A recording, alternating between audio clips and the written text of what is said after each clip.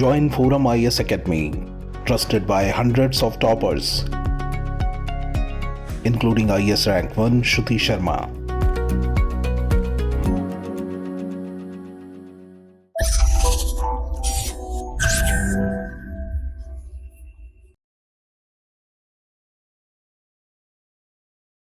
Hello friends, this is Gautam Pandey coming up with the next round of News Simplified. In this video, we will discuss about Sudan conflict और साथ ही साथ ये भी समझेंगे why it has led to concern among so many countries across the world. So first of all, let's see why it is news. आखिर ये Sudan conflict news में क्यों है, पहले जरा इसको समझते हैं. देखिए, recently Minister of External Affairs S. Jaishankar announced that India has started Operation Kaveri to evacuate its national from conflict on Sudan. All we know कि सिविल वॉर चल रहा है सूडान में, एंड इसके कारण सूडान तो अनस्टेबल हो ही चुका है, बट मैनी कंट्रीज़ के पीपल जो वहाँ पर फंसे हुए हैं उनके लिए भी कंसर्न का सब्जेक्ट बन चुका है. एंड इंडियन कॉन्टेक्स्ट में बात करें, जैसा ऑलरेडी हम डिस्कस कर रहे हैं कि एक्सटर्नल मिनिस्ट्री ने इंडियन पीपल को वहाँ से बाहर निकालने के लिए ऑपरेशन कावेरी स्टार्ट किया है. तो ये पॉइंट याद रखिएगा, ऑपरेशन कावेरी किसके लिए स्टार्ट किया गया है? सूडान से इंडियन पीपल को इवैक्यूएट करने के लिए. तो मे बी MCQ बनता है, तो इस तरह के हम आंसर करने की कंडीशन में होंगे. एंड करंट सिनेरियो में बहुत सारे लोगों को वहाँ से बाहर भी निकाला जा चुका है. सो इस वीडियो में हम इसी सूडान कॉन्फ्लिक्ट से रिलेटेड इंपॉर्टेंट पॉइंट को डिस्कस करेंगे, समझेंगे आखिर ये सूडान कॉन्फ्लिक्ट का कारण क्या है, क्यों वहाँ पर कॉन्फ्लिक्ट चल रहा है, और इसके साथ साथ ये भी डिस्कस करेंगे why it has led to concern among so many countries across the world. Sudan conflict बहुत सारे नेशन के लिए चिंता का विषय क्यों बना हुआ है, इन सारी बातों को समझेंगे. तो चलिए शुरू करते हैं. फर्स्ट ऑफ ऑल सूडान से रिलेटेड इंपॉर्टेंट पॉइंट को डिस्कस करते हैं, उसके बाद समझेंगे कि आखिर ये कॉन्फ्लिक्ट क्या है. अगर हम सूडान के जोग्राफिकल लोकेशन की ही बात करें तो सूडान एक अफ्रीकन नेशन है, ये हमारे लिए इंपॉर्टेंट है. एंड ये अफ्रीका का थर्ड लार्जेस्ट अफ्रीकन नेशन भी है, ये भी पॉइंट याद रखिएगा.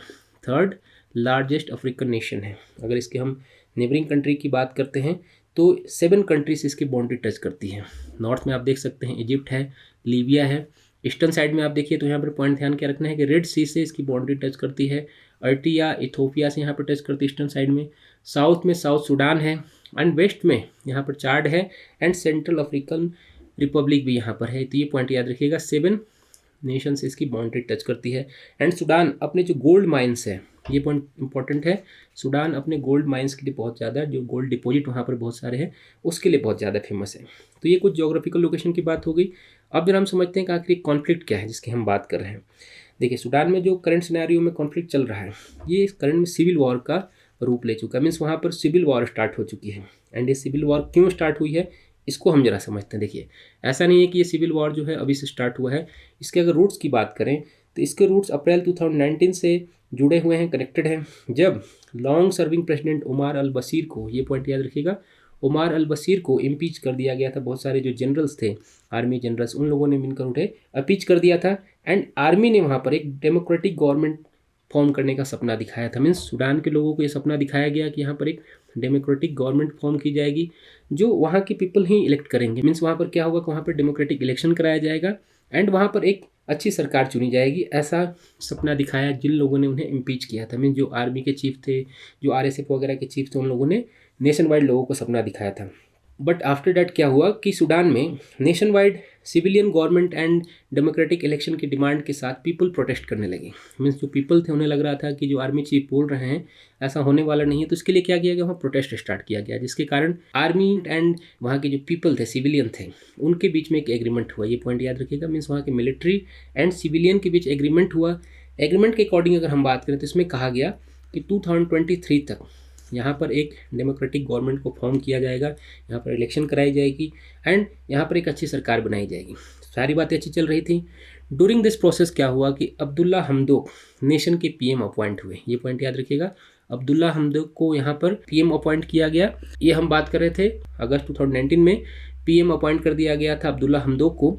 बट मिलिट्री ने फिर से अक्टूबर 2021 में हमदोक गवर्नमेंट को ओवरथ्रू किया. एंड वहाँ के जो आर्मी चीफ थे, जनरल अब्दुल फतेह अल बुरहान, ये वो पर्सन है. एंड जो सेकंड पर्सन अगर हम बात करें, वहाँ की जो रैपिड सपोर्ट फोर्स है, जिसे शॉर्ट फॉर्म में RSF कहा जाता है, उसके हेड थे मोहम्मद हमदान डगालो. इन लोगों ने वहाँ पर फिर से गवर्नमेंट एक्वायर कर लिया. मीन्स यहाँ पे जो आर्मी चीफ थे अब्दुल फतेह अल बुरहान, ये गवर्नमेंट हेड बन गए.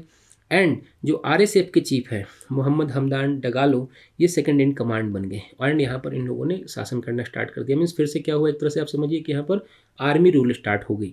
कंडीशन ऐसी थी कि आर्मी रूल तो स्टार्ट हो गई, बट फिर भी इन लोगों ने कहा, जबकि हम बात कर रहे हैं अक्टूबर 2021 की, अक्टूबर 2021 में इन लोगों ने फिर भी कहा कि 2023 तक यहाँ पर डेमोक्रेटिक गवर्नमेंट फॉर्म की जाएगी, इलेक्शन किया जाएगा एंड सारी बातें फिर से वो सारे सपने दिखाएं। यहाँ तक सब कुछ ठीक था, लोगों को लगा कि हो सकता है कि अक्टूबर 2023 तक सूडान में फिर से स्टेबिलिटी आ जाए, मीन्स यहाँ पर एक अच्छी सरकार बन जाएगी। बट कंडीशन क्या हुई कि ये जो दो पर्सन हैं, army chief and RSF chief, इन लोगों के बीच में पावर डिस्ट्रीब्यूशन को लेकर कॉन्फ्लिक्ट स्टार्ट हो गया, मीन्स टसल स्टार्ट हो गया।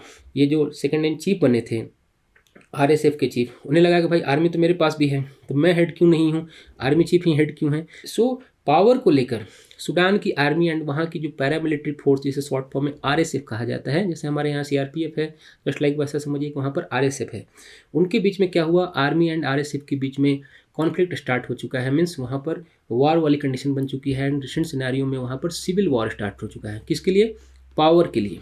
दोनों लोगों को लगता है कि भाई पावर तो हमारे पास है, इनके पास अपनी एक आर्मी है, तो इन्हें लगता है कि हम डाउन क्यों हैं, पावर तो मेरे पास भी है, तो मुझे ही यहाँ पर चीफ होना चाहिए। तो ये पावर का टसल है और इन दोनों लोगों के कारण ही नेशन में यहाँ पर सूडान में सिविल वॉर स्टार्ट हो चुका है। तो ये तो हमने ब्रीफ में समझ लिया कि सूडान में कॉन्फ्लिक्ट का रीजन क्या है।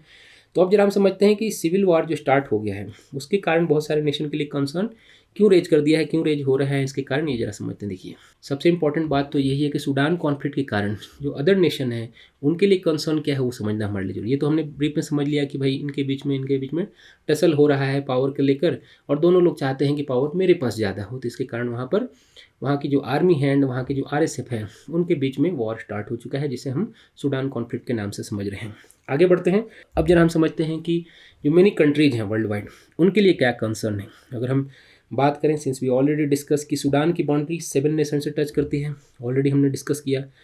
जो इसकी क्रूशियल जोग्राफिकल लोकेशन को प्रोड्यूस करता है, एक्चुअली एक्सपर्ट्स हैं उनका ये मानना है, उनको ये फियर है कि ये जो मिलिट्री एंड आरएसएफ के बीच ऑनगोइंग वॉर है ये नेबरिंग कंट्री में ना फैल जाए। इजिप्ट हो गया, इथोपिया हो गया, सूडान हो गया, मीन्स ये जो नेबरिंग कंट्री हैं वहाँ पर ये ना फैल जाए, क्योंकि ऑलरेडी जो इसके नेबरिंग कंट्री हैं वहाँ पर ऑलरेडी अनस्टेबिलिटी है। मीन्स जो इंटरनल कॉन्फ्लिक्ट है ऑलरेडी इस नेशन में आप देख सकते हैं, यहाँ इन सारे नेशन में चल रहा है। मीन्स यहाँ पर कुछ भी ऐसा नहीं है कि बहुत सारा शांत है, यहाँ पर कोई डेमोक्रेटिक गवर्नमेंट नहीं है, कहने को डेमोक्रेटिक है बट एग्जैक्टली वहाँ पर ऐसा कुछ है नहीं।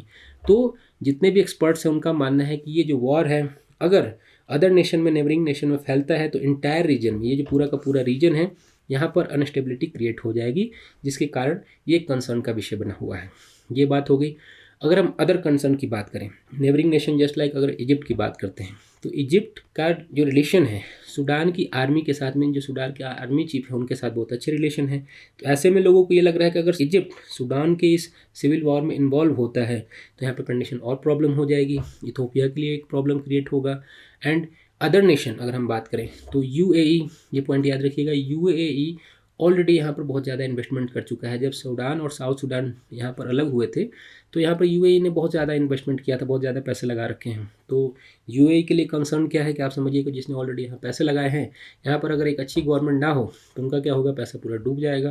तो उनके लिए कंसर्न है कि ये जो सिविल वॉर है अगर ऐसे ही चलता रहा तो उनके लिए प्रॉब्लम क्रिएट होगी, उनके लिए कंसर्न रेज कर रहा है। यहाँ पर ध्यान क्या रखिए कि रसिया भी यहाँ पर बहुत ज़्यादा इंटरेस्ट रखता है। मीन्स सूडान रसिया के लिए सब्जेक्ट ऑफ इंटरेस्ट है, ऐसा सभी लोगों को पता है।